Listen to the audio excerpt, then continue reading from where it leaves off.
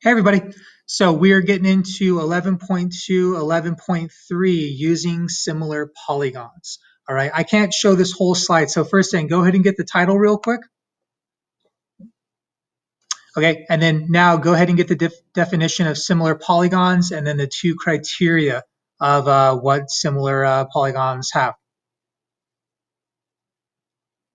Okay, so first things first, it's saying two polygons are similar polygons if corresponding angles are congruent and corresponding side lengths are proportional. Okay, so first things first, corresponding angles. Okay, the fact that they're congruent, that's a lot like when we had congruent polygons. If you guys remember, one of the rules was that the corresponding angles were congruent. Okay, another one of the rules for congruent polygons was corresponding sides were congruent. Here's the difference. When we're dealing with similar polygons, the corresponding side lengths are not congruent, they are proportional. Okay, and what that means is that the ratio of corresponding sides are all equal to one another. Okay, and when I say ratio, that's just making a fraction out of corresponding sides. So for example, this first fraction right here is of side length AB and its corresponding side on the other polygon, EF. Okay, and then as we go along, the ratio of all of the corresponding sides will be equal if we have similar polygons. So you can see on this one, BC is over FG. The ratio of those corresponding sides would be equal. Okay, and this will make more sense when we actually have some numbers applied to it.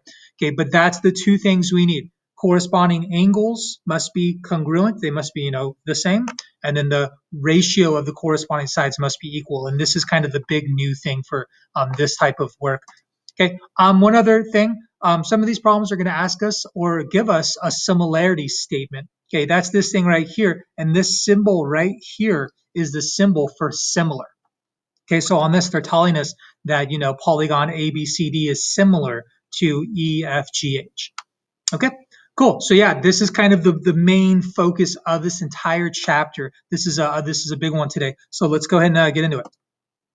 Okay, so go ahead and take us a minute. Go ahead and copy this whole example, including the polygons. It's all really important here, and we'll try this one together.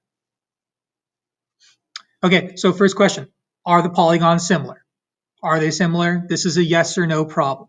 Okay, but for us to be able to say yes or no, we have to first figure out these two things. Okay, are the corresponding angles congruent? And are the ratios of the corresponding sides equal? Okay, or in other words, proportional. Okay, which by the way, proportion just means when ratios are equal to one another. Just by the way, that's why we use the word proportional. Okay, and then if our answer is yes, we're going to write a similarity statement and we're going to figure out the scale factor. Okay, which you'll see is kind of done automatically for us. Okay, so first things first, this is where I would start all these problems that are asking if you have similar polygons. Check to see if the corresponding angles are congruent.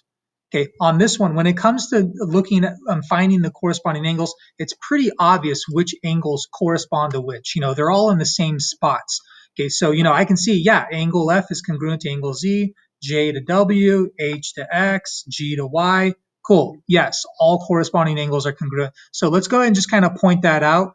Yeah, let's just we'll say corresponding angles congruent. We'll just use a little shorthand. I like to put a little check mark. That works. Okay, and that's maybe let's put a number 1 because that's the first thing we're looking for. Okay, the second thing we're looking for is the ratios of the corresponding side lengths. Are they equal, or in other words, are they proportional? All right, so this is where we need to literally write a ratio of corresponding sides. So it doesn't really matter where we start. I'm going to start with this side length and its corresponding side here, and I'm going to write out my first ratio. One thing I highly recommend, when you write out your ratios, always work left to right. Okay, so I'm going to do first this side length 16 over its corresponding side 20. Okay, there's my first ratio. Okay, and then here's the question. Is that equal to the ratio of all of the other corresponding sides? So what I like to do here is I'm going to put a little question mark because that's the question. Are they going to be equal? Okay, so let's move on to the next pair of corresponding sides. Let's do this one and this one. So my next ratio is going to be a 12 over 15. Okay, again, left over right when you make these ratios. Okay, and again, I'm wondering, is that going to be equal to, let's go ahead and do this ratio of corresponding sides, a 24 over 30. Okay, and then we have one more pair to check, this one and this one, left over right, 20 over 25. Okay, so now I have the ratios of all my corresponding sides, and I'm wondering, are they equal? The way to figure out if they're equal is I just need to reduce these fractions and see if I get the same number. Okay, so let's go ahead and do it. Okay, so 16 over 20, I'm wondering what's the biggest number that goes into a 16 that also goes into a 20? I'm thinking a 4. Okay, a 4 goes into 16 4 times, and a 4 goes into 25 times. Okay, and by the way, just double check this ratio. If I could reduce it farther, I'd want to. All right, but I have already reduced it completely. A 4 over 5, we're good. Okay, so here's the question. Do the rest of these reduce down to a 4 over 5? All right, if they do, then both of these, check off. I have similar polygons. If even one of them is not a 4 over 5, we're done. These things would not be similar. Okay, so let's see what happens. 12 over 15, what's the biggest number that goes into these? I'm thinking a 3. 3 goes into 12 4 times, and 3 goes into 15 5 times. Okay, so far it's working out. We got a 4 over 5. 24 over 30, biggest number that goes into both of those, I'm thinking 6. 6 goes into 24 4 times, and it goes into 30 5 times. Okay, works out, 4 over 5. Okay, last one, 20 over 25. What's the biggest number that goes into both of those? I'm thinking a 5 goes into both of these. 5 goes into 20 4 times, and 25 5 times. Okay, so it looks like these side lengths are quote unquote proportional. Okay, meaning the ratios are all equal to one another. So if you want to put another check marks next to it, okay, if both of these things check out, then are the polygons similar? Yes. Okay, cool. Now that our answer is yes, they're saying they want us to write a similarity statement. Just a reminder, a similarity statement is this thing right here. All right. When we write our similarity statement, just like when we were doing our congruency statements, we need to follow the same pattern on both of our polygons. We need to start in the same spot and go around the polygon in the same way. Okay, so I'm going to call this first polygon. I'm going to start here and I'm going to make my way around like this. So I'm going to call it GFJH. Okay, and I'm going to say it's similar to this polygon. And again, I need to start in the same spot and go around the same direction. I need to call this one YZWX.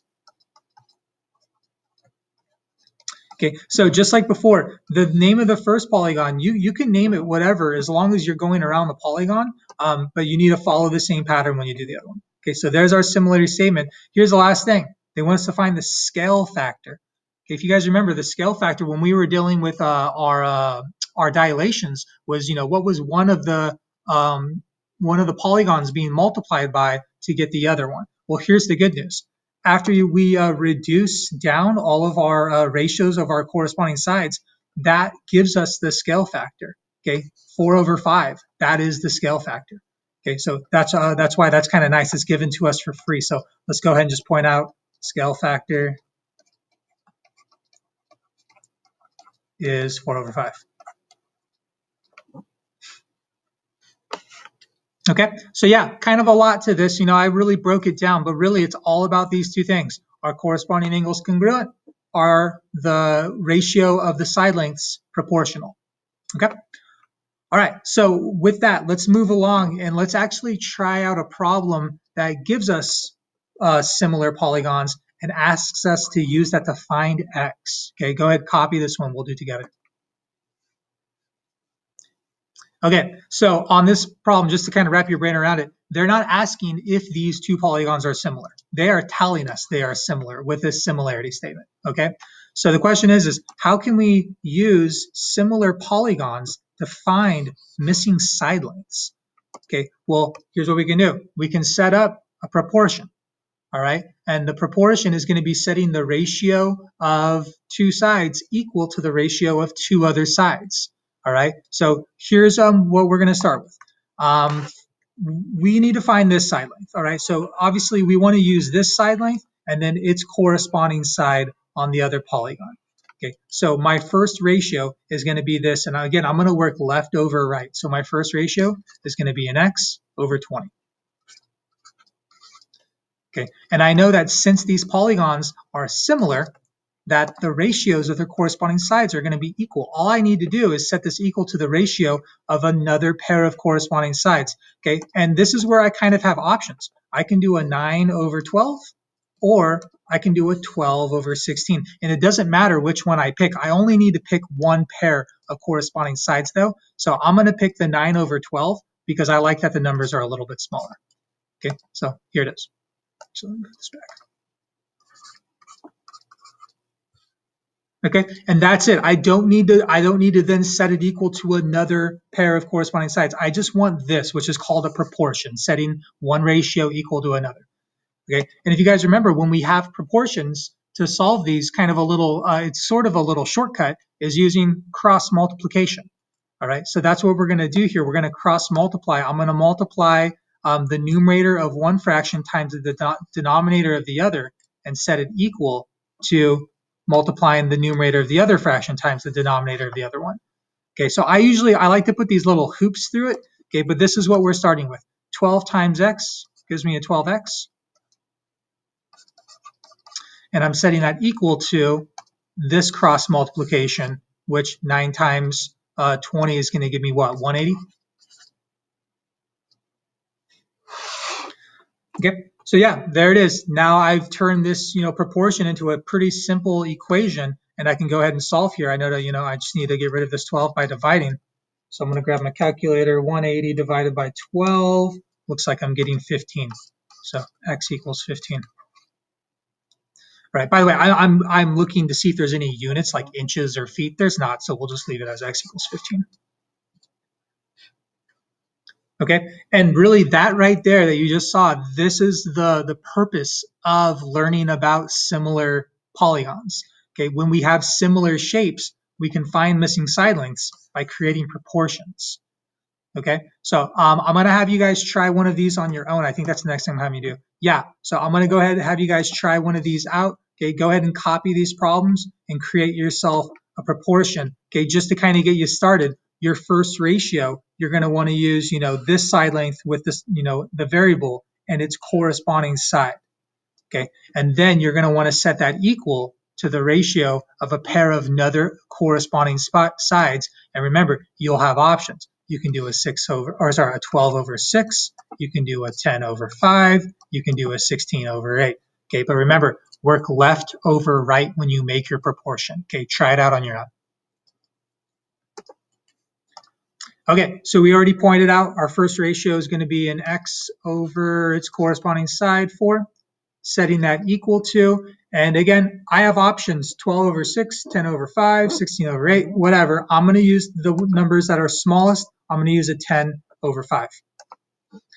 Okay, and again, here's the one thing you might be tempted to do. You might be a little tempted to do this, 5 over 10.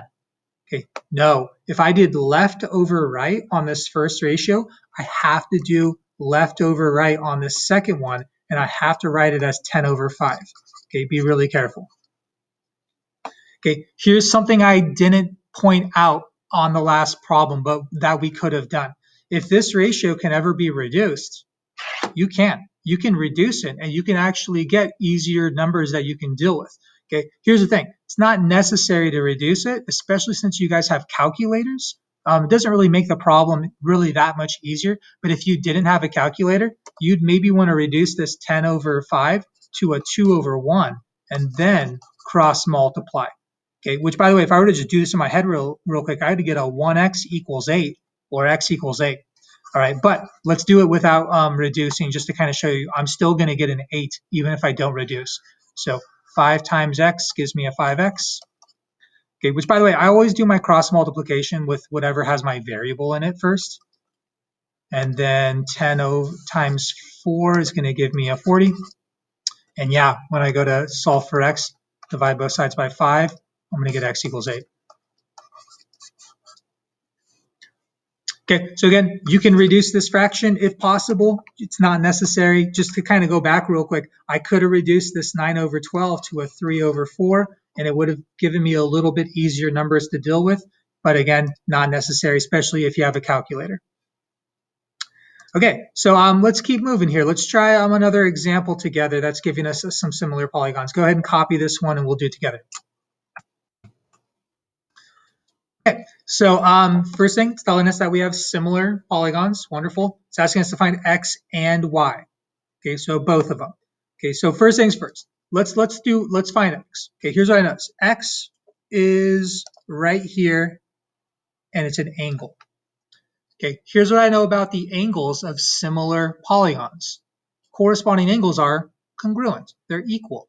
Okay, so if I can figure out the corresponding angle to this one on the other polygon, I can set them equal and I can solve. It's that simple. Here's the thing. Sometimes these polygons, it's difficult to tell what your corresponding parts are. Okay, on this one, really not so much. It looks like this guy right here is just kind of shifted a little bit to the right. Okay, but if we weren't able to actually figure out what corresponding parts were, we could use our similarity statement to figure it out, just like before when we would use our congruency statement and we would number off the vertices, the letters. We can do the same thing here.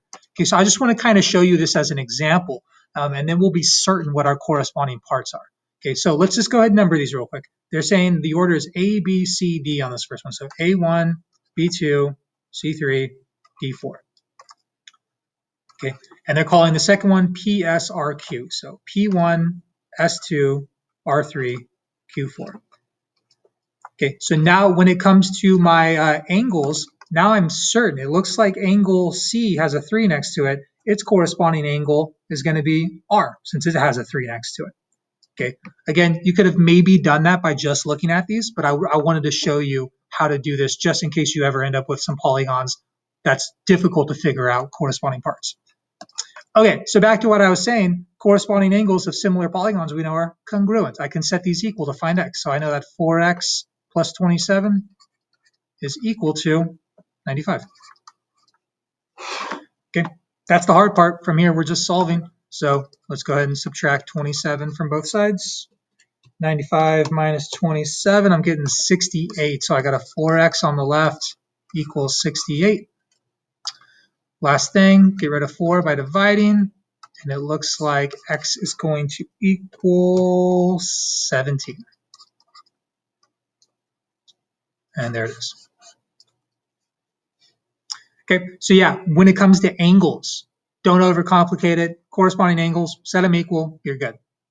All right, the next thing they want us to do is find y. If you guys notice, y is in these side lengths. All right, and here's really the purpose of this problem. Notice that it's in this side length and this side length. All right, either way, no matter if it's in one or two of them, we need to make a proportion, just like we did on the last problem. Okay, so I'm going to first start with this side length right here and its corresponding side on the other one. I can see this side length is between 1 and 2, so it's going to correspond to this side length between 1 and 2. Okay, so if you want to draw a little line and kind of just separate this work, okay, I'm going to do my work here. Actually, maybe I might give myself some room. Let's do this. Okay, so here's my first ratio I can make. I'm going to work left over right, and I'm going to ignore the units for now. So my first ratio is going to be a 4y over 10.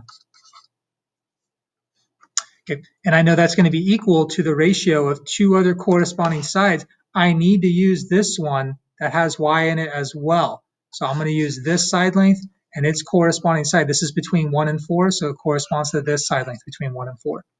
Okay, so my next ratio, left over right, 3, oops, let me make it black, 3y minus 5 over 5.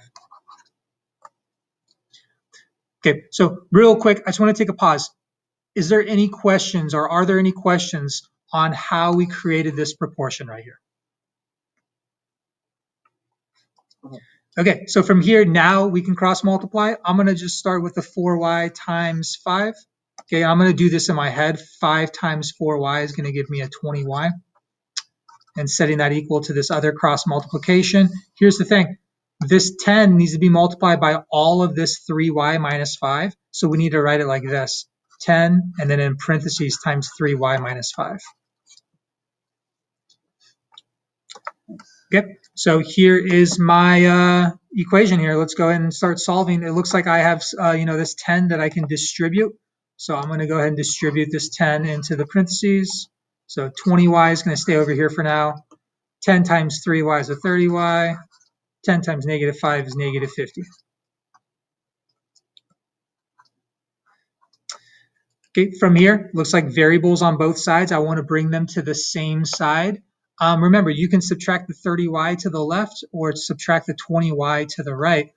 Just for the sake of it, I'm going to subtract the 20y over to the right here, which normally I would do because I like to have positive numbers. But the reason why I want to do it on this one, though, these 20y's, they cancel. There's nothing else on the left side. But remember, that still needs to be represented, and that's by a 0. Okay, over here, 30y minus 20y is a 10y. Bring down the negative 50. Okay, and then finally, I can start solving for y. First, deal with this addition or subtraction. So adding 50 to both sides. I got 50 equals 10y. And then getting rid of the 10 by dividing both sides. 10 goes into 55 times. So I'm going to get 50 equals y. I'm going to flip it around. Y equals 5.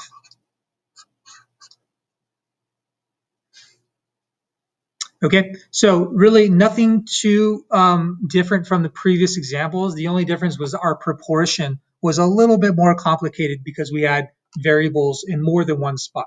Okay, but that's fine. We know how to solve these equations. Okay, just know the process of setting up this proportion right here. There was nothing different.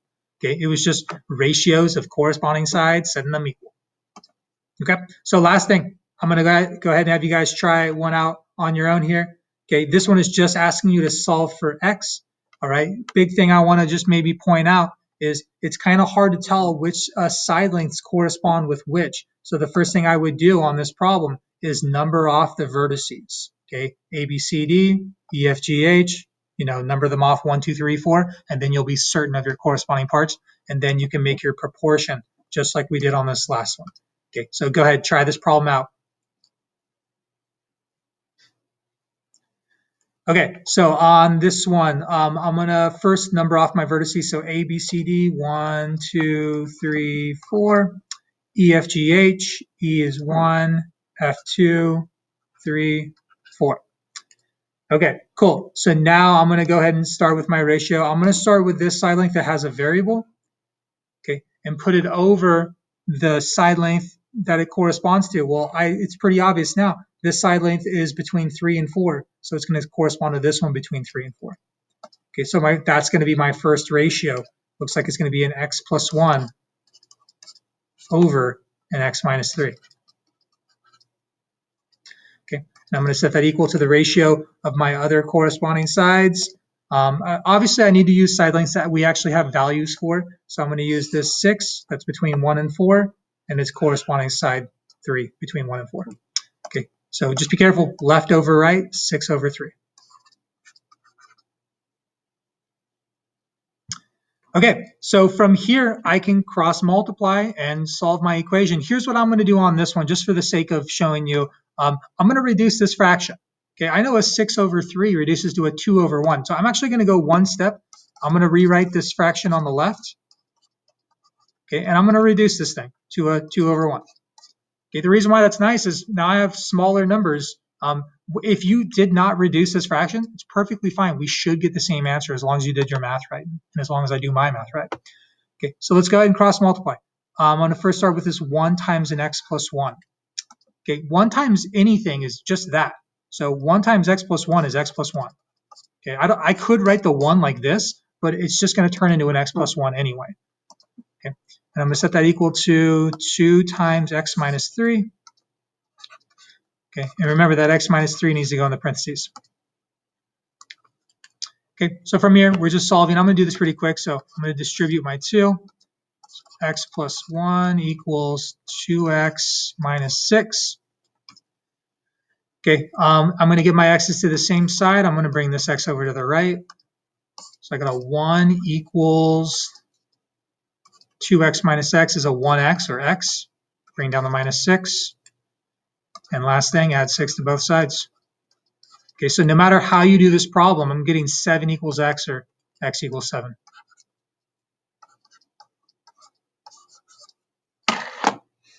All right, so yeah, that's the big thing. That's using similar figures to make proportions. All right, what this chapter is really all about. All right, guys. So yeah, I'll see you in class.